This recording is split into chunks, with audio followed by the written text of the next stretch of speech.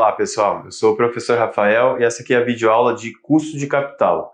Custo de capital é um tema super importante para valuation, para avaliação de projetos, outras tantas coisas, e tem muita coisa por trás aqui dessa aula de custo de capital. Então, quando a gente fala aqui de custo de capital, a gente vai ter dois grandes blocos, né? A gente vai falar de custo de capital próprio e a gente vai falar de custo do capital de terceiros. Tá? A gente vai ter que entrar a fundo para entender como que eu calculo o custo do capital próprio, como que eu calculo o custo do capital de terceiros, como que essas duas coisas juntas vão me trazer um custo médio ponderado de capital para essa empresa. Tem bastante conceito por trás, tá? Então aqui vocês estão vendo que já na ordem dos slides a gente já começa a falar de custo de capital próprio, mas antes de entrar aqui propriamente neste slide, primeiro eu gostaria de mostrar isso numa ilustração aqui, tá? Então vamos imaginar que eu vou tocar um projeto, preciso levantar, para facilitar aqui, R$1.000, preciso financiar esses R$1.000 de alguma forma, tá? Então imagina que este aqui é o balanço dessa minha empresa que vai abrigar este projeto. Eu vou precisar levantar R$1.000, que é o total do meu ativo. Então eu vou buscar capital de terceiros e capital próprio. Vamos imaginar que eu tomei em dívida com bancos R$400 e capital próprio R$600, né? Aqui tem que fechar sempre ativo igual passivo mais patrimônio. Então bacana, né? O que eu quero saber? Qual que é o custo de capital deste projeto, né? Esses R$1.000 aqui, que é o meu projeto inteiro, tem esta composição de capital de terceiros, capital próprio, e qual que é o custo de capital no final das contas. Então a gente vai ter que quebrar este custo de capital, é justamente o que a gente estava aqui, né, falando, entre esses dois pontos aqui, próprio e terceiros. Então, primeiro ponto, capital de terceiros, vamos chamar isso daqui de K de custo de capital e D de dívida. Capital próprio, vamos chamar K de custo de capital e E de equity, né? Equity é o capital próprio da empresa. Então, cada um desses vai ter o seu custo. Já vamos ver como que a gente vai calcular este custo, tá? Mas imagina que a gente chega na conclusão que o custo da dívida era 10%, tá? É 10%, e o custo do equity é 15%. E até aqui, antes de prosseguir, né? Por que foi aleatório que eu joguei 15% para o equity e 10% para a dívida? Poderia ser 15 dívida e 10 equity? Não faria muito sentido, né? Por quê? Custo do capital próprio é o custo mais caro para a empresa. E por que ele é o custo mais caro? Porque o capital próprio é o cara que assume o maior nível de risco dentro do negócio. Se a empresa quebrar, o projeto não deu certo, o que vai acontecer?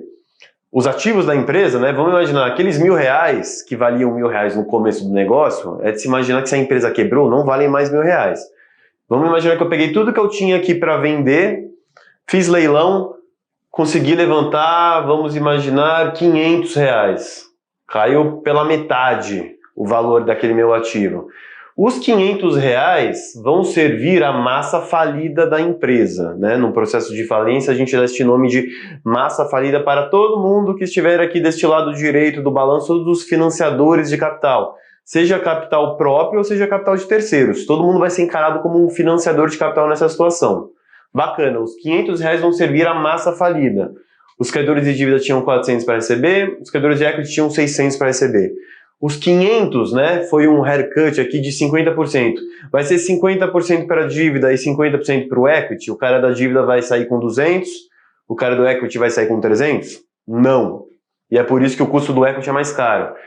Esses 500 servem a massa falida respeitando uma ordem de prioridade. Tá? Então esta ordem vai ser aqui de cima para baixo. Os primeiros da fila estão aqui em cima e o equity está aqui embaixo. Então ele é o último que recebe. Então, nessa situação aqui, é uma situação até difícil de acontecer, mas imagina que o credor de dívida ficaria bacana, recebe os 400 dele inteirinhos e sobraria só 100 para o equity. Então, dos 600 que eu, acionista, coloquei lá, eu voltei para casa com 100, me dei muito mal. Tá? Então, só passando por este conceito a mais aqui, né? Custo de dívida e custo de equity, esperamos, via de regra, que custo de equity seja mais caro. Tá? Mas agora voltando aqui, custo de capital, temos o custo da dívida, custo do equity. Já vou chegar nos finalmente para depois a gente passar por todos os detalhes, mas como que eu vou saber o custo de capital médio desta empresa que vai servir para todos os fins de valuation? Quando eu estiver fazendo análise de projeto com VPL, por exemplo, eu vou descontar uma taxa. Essa taxa que a gente vai descontar aqui, via de regra, vai se chamar WACC, que é Weighted Average Cost of Capital, custo médio ponderado deste capital. O nome parece uma coisa do outro mundo, mas quando você para ver é simples. Nada mais é do que a média de custo dessas diferentes fontes, dívida e equity, só que não é uma média simples, não é 10 mais 15 dividido por 2 é igual a 12,5. Não, é uma média ponderada. Então, se dívida representa 40% e equity representa 60%, o que eu vou fazer? Custo da dívida, 10% vezes 0,4 é igual a 4%. Custo do equity, 15% vezes 0,6 é igual a 9%. Eu somo estes dois, o WACC da empresa é igual a 13%. E aqui a gente já teria o custo de capital dessa empresa, né, para descontar fluxos referentes à operação e tudo mais. Esse é um resumão, né? Estou já dando a resposta final aqui de tudo que a gente vai falar na aula. E agora o que está por trás? Agora quais são os nossos objetivos? Pô, como é que eu calculo 15? Como é que eu calculo 10? O que está por trás disso? Tá? Então, vamos em frente agora justamente com esses pontos. Custo do capital próprio, aqueles 15%. A gente vai ter duas possibilidades aqui de cálculo. CAPM é um modelo famoso, Capital Asset Pricing Model, modelo de precificação de ativos de capital ou modelo de crescimento de dividendos, tá? Então vamos começar pelo modelo CAPM. Da onde que aquele 15 surge? Surge da minha imaginação? Não, tem que surgir de algum lugar. Cost of Equity, né, com aquele mesmo símbolo que a gente usou aqui neste nosso exemplo, ele é resultado desta equaçãozinha, risk-free mais beta vezes retorno esperado do mercado menos risk-free. Também parece uma fórmula assim muito complicada, mas quando a gente para entender o conceito, não é tão difícil assim. É óbvio que aqui a gente vai passar um conceito mais buscando ser intuitivo, buscando ser didático, porque dá para ficar uma aula inteira falando só dessa forma. Tem muita coisa por trás disso, uma série de premissas, mas não é o nosso objetivo aqui. Aqui o negócio é entender. Por que eu vou falar que o custo do capital próprio vem dessa forma? Pelo seguinte, primeiro conceito importante, relembrar o que a gente já falou aqui, este raciocínio, ordem de risco. Capital próprio é o cara que corre mais risco, ele só recebe no fim, tá? Então, dentro disso, é o seguinte, eu vou pensar em prêmio de risco. Se eu sou acionista, vou botar dinheiro naquela empresa, vou botar aqueles 600, né, e corro o risco, né, como nesse meu exemplo, que seria um exemplo infeliz, mas eu coloquei 600 e voltei com 100 para casa, eu quero um prêmio de risco, né? Quando a gente fala de cost of equity, de custo de capital próprio, no final das contas, eu estou falando de taxa requerida de retorno para o título. É o seguinte, eu para botar os meus 600 naquela empresa, eu preciso acreditar que eu vou ter um retorno de 15%. Por quê? Porque se não for para ter esse retorno de 15%, eu posso simplesmente aplicar num título de renda fixa do governo, que não tem risco em tese, e pronto, e já tem um retornozinho lá sem correr risco nenhum. Então, para eu correr risco, eu preciso de um prêmio de risco. O que é este prêmio de risco? É este componente da fórmula, que a gente já vai entender ele, tá? Mas aqui pensem sempre com essa ótica, tá? O custo do equity, o retorno que eu exijo para botar meu dinheiro como ação em um negócio, tem que ser algo que vai me premiar além daquilo que eu já teria com o risk-free. O risk-free eu vou lá, entro, compro o título do governo e bacana. Então vamos pensar, vamos quebrar este prêmio de risco em 2 blocos. Primeiro ponto, vocês concordam que quando eu falo de risk-free, título do governo, é um título de renda fixa, né? Eu vou comprar título do governo norte-americano que vai me pagar com vencimento em 2000 e X, 2000 bolinha, vou ter um retorno de 5% ao ano. Renda fixa. Se eu vou comprar ação, eu estou em renda variável. Então, esse retorno de renda fixa já não está sendo justo comigo. Pô, o 5% ao ano ele é condizente com um título de renda fixa, mas eu estou entrando em renda variável. Então, eu vou querer um prêmio, que é este daqui, porque ação é um título mais arriscado do que dívida. Então, o que é esse retorno esperado de mercado menos risk-free? É justamente o quanto a mais eu deveria receber por estar em renda variável, por estar em equity, tá? Por estar comprando uma ação. Então, eu dei exemplo dos Estados Unidos, vamos pensar no nosso mundo aqui Brasil. Vamos imaginar que isso daqui é o título do governo brasileiro. Aí, se Estados Unidos era 5, né? Num exemplo aqui, aleatório, pode ser, dependendo do momento, vai ser mais ou menos. Normalmente, Estados Unidos mais para menos, né? Vamos imaginar que no Brasil aqui, eu vou ter um número de renda fixa aqui, retorno do governo de... Aqui, botar um número aleatório de 8%, tá? Então, esses 8% também estão aqui. E vamos imaginar que, como eu estou comprando ação, prêmio por eu estar em renda variável, vamos imaginar que espera-se do mercado de renda variável 12. E aí eu teria um prêmio aqui que me gera um excedente de 4%. O que seria este 12? Tá? Um número aleatório que eu estou jogando, gente. Não é necessariamente este número. Tá? Mas em ordem de grandeza tem que fazer sentido. Isso aqui seria o retorno esperado por Ibovespa, vamos imaginar.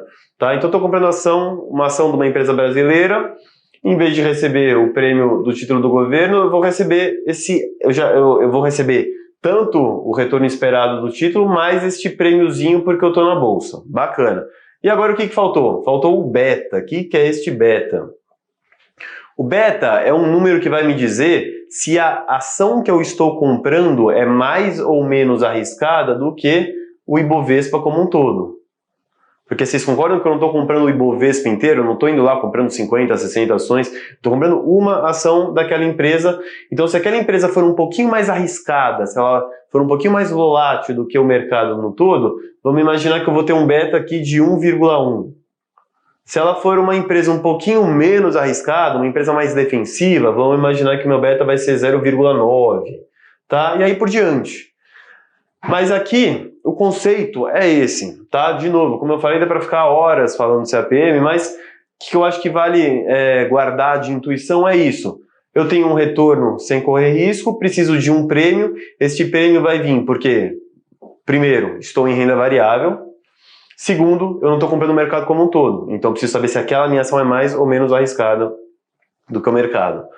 Tá? Então, esse é o modelo CAPM. Tá? Um ponto importante é que este beta vai premiar, né, no sentido que, vamos imaginar que eu estou sendo premiado, se eu estou numa ação mais arriscada do que o mercado como um todo, estou sendo premiado pelo meu risco, eu vou ter algo acima do que 1, né? Eu vou exigir mais do que o mercado como um todo. Ele premia risco sistêmico. Tá? Então, esse excesso, esse 0,1 a mais, ele viria de risco sistêmico. O que é o risco sistêmico? É o risco do mercado como um todo, né? Todo aquele risco que não tem como ser diversificado. Isso conversa com teoria de diversificação de portfólio, Markowitz, também tema de outra videoaula. Mas o ponto aqui é que o risco específico da ação de uma empresa, né, aquele risco que é só dela, é idiosincrático, não é do mercado como um todo. Este risco eu consigo diversificar numa carteira bem pulverizada. Então, o 1.1 não vai premiar um investidor que só tem uma ação e com isso não diversificou o risco específico dele, ele está fora de mercado. O que está por trás dessa teoria é que os investidores, de maneira geral, são diversificados, o risco específico eles vão conseguir zerar, e aí o que vai acabar sendo o direcionador da precificação deles, neste modelo aqui, só vai entrar o risco sistêmico, o risco do mercado como um todo, que não tem como fugir. Né? Então você imagina, acontece uma crise como a de 2008 nos Estados Unidos, as bolsas no mundo inteiro derreteram, então esse é o risco que o mercado todo é pego, não tem como fugir, esse prêmio você recebe. Tá? Então esse é o primeiro dos nossos dois modelos, indo para o segundo, tá? Só para relembrar, né, para ninguém aqui se confundir, a gente está falando, deixa eu aqui apagar essa parte, a gente está falando aqui do Cost of Equity, tá? Então aqui a gente já viu que Cost of Equity pode vir de CAPM, a formulinha que a gente acabou de falar, e agora esse mesmo número do Cost of Equity pode vir de modelo de crescimento, vou botar aqui um delta, de dividendos. São as duas maneiras possíveis que a gente está estudando de calcular este número de Cost of Equity. Então, o modelo de crescimento de dividendos é esta formulinha bonita aqui. Preço de uma determinada ação na data zero é igual ao dividendo esperado no próximo ano, né? 1 mais G, este G é um G de growth, taxa de crescimento deste dividendo. Dividido por R. R, gente, aqui vocês estão vendo que são notações diferentes para o mesmo conceito. Eu estou falando do Cost of Equity, custo do patrimônio. É o que a gente estava usando até agora, o conceito de KE. Então esse R é o KE, isso aqui é o KE. Estamos falando da mesma coisa, tá? Então o preço da ação é o dividendo no ano 1 dividido pela subtração do Cost of Equity menos o G. Tá? Você rearranjando esta formulinha, você chega na seguinte fórmula. Vou já partir daqui mesmo. Cost of Equity é igual esse dividendo do ano 1 dividido pelo preço dela, que vai ser o preço no ano 0, aqui poderia ter um 0, aqui você tem um 0, mais o crescimento esperado daquela ação na perpetuidade, tá? Então você rearranja esta forma, joga um para lá, joga outro para cá e chega nisto. Cost of Equity é o quanto que o meu dividendo representa em relação ao preço que eu paguei há um ano atrás, mais o crescimento que se espera para aquela ação, tá? Ponto importante, este G não é o G, eu estou comprando no ano 1, no ano 2 ela vai ter um crescimento de 10%, aí no ano 3 cai para 5%, e no ano 4 cai para 3% e se estabiliza no 3%. Então, qual que é o G aqui? O G é este 3, né? Eu preciso sempre, o momento que eu uso esse conceito de G, eu uso essa formulinha já no momento em que esse crescimento está estabilizado. Eu não poderia usar essa formulinha para fazer essa conta no momento que ainda eu tenho crescimentos oscilando, tá? Então, é no momento que já está tudo estabilizado, tudo mais constante, a empresa vai sempre crescer a uma mesma taxa. Então, essa taxa é o G. Então, qual que é o ponto? O retorno que o acionista vai tirar vai vir... eu paguei, né? Vamos imaginar aqui sobre a ótica de um investidor que comprou uma ação pagando R$10. Aí ele tem um retorno de R$2 via dividendo um ano depois. E isso daqui vai dar 2 sobre 10. Isso aqui é o que, gente? É o dividend yield. É um conceito de quanto que eu estou tendo de remuneração via dividendo. Aqui eu já teria, né? Vamos botar aqui 20%. Bastante bom esse exemplo que eu dei, né? E aí vamos imaginar que aquela empresa cresce na perpetuidade 3%. Então eu teria aqui 23% no todo de Cost of Equity. Tá? Foram números meio altos aqui, mas esse é o conceito. tá bom? Então aqui vai ser mais uma maneira da gente calcular o cost of equity, tá? Esse modelo aqui também, se vocês ouvirem falar modelo de Gordon, é este modelinho que a gente está falando aqui, que a gente simplesmente está usando outro nome, né? Modelo de crescimento de dividendos, mas é o modelo de Gordon, tá bom? Agora indo para o próximo item, custo de capital de terceiros. Então, matamos esse aqui, cheque. Vamos falar deste. Como que eu calculo o custo da dívida? Esse é o mais fácil, né? Já passamos pelo mais difícil. Que o cost of equity não está escrito em algum contrato, não está em nenhum lugar, é uma expectativa, é um pouco mais difícil. O custo do capital de terceiros está escrito em algum contrato, né? Então é um pouquinho mais simples. A empresa vai lá, toma dinheiro no banco, vai ter um contrato. Olha, o banco XPTO emprestou para a empresa ABC Limitada 10 mil reais a um custo de, sei lá, 10% ao ano, etc, e etc, que vai ser pago em determinada data e assim por diante. Então, o que a gente tem de... Então, parece óbvio demais. Pô, então é 10 e pronto, né? Não. Aí também não é tão simples assim. Aqui, quais são as duas possíveis pegadinhas, gente? Este 10%, ele é este.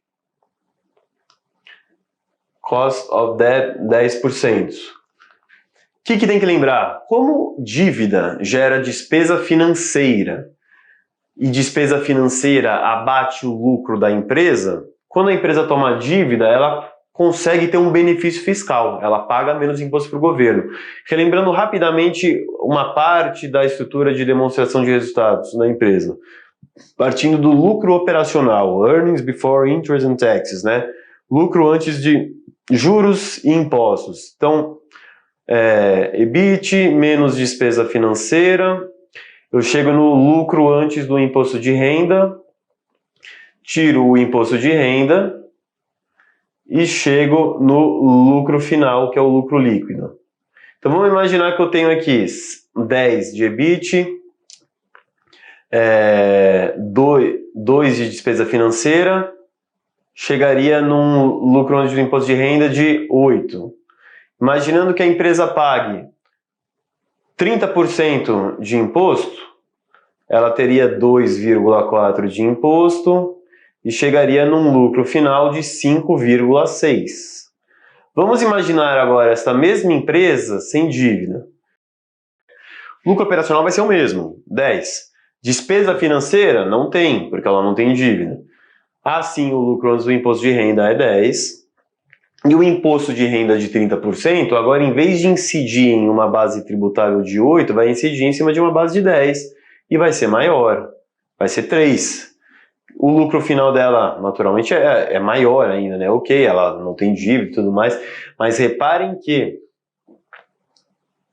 o dinheiro que ela manda para o governo aumentou, né? Então, quando ela tem dívida, ela gerou um benefício fiscal aqui de 0,6. Então, este que é o ponto, gente. Quando a gente vai calcular o custo da dívida, não adianta eu pensar só o 10 que ela paga para o banco. Eu tenho que pensar quanto que ela pagou para o banco, mas também botar na conta esse 0,6 que ela economiza. Então, aí entra esse 1 menos IR. Então, né, imaginando que a alíquota seja 30%, o custo da dívida que eu pago para o banco é 10, mas eu economizo 30% com o governo, então ficaria vezes 1 menos 0,3, eu chegaria num custo efetivo de 7%.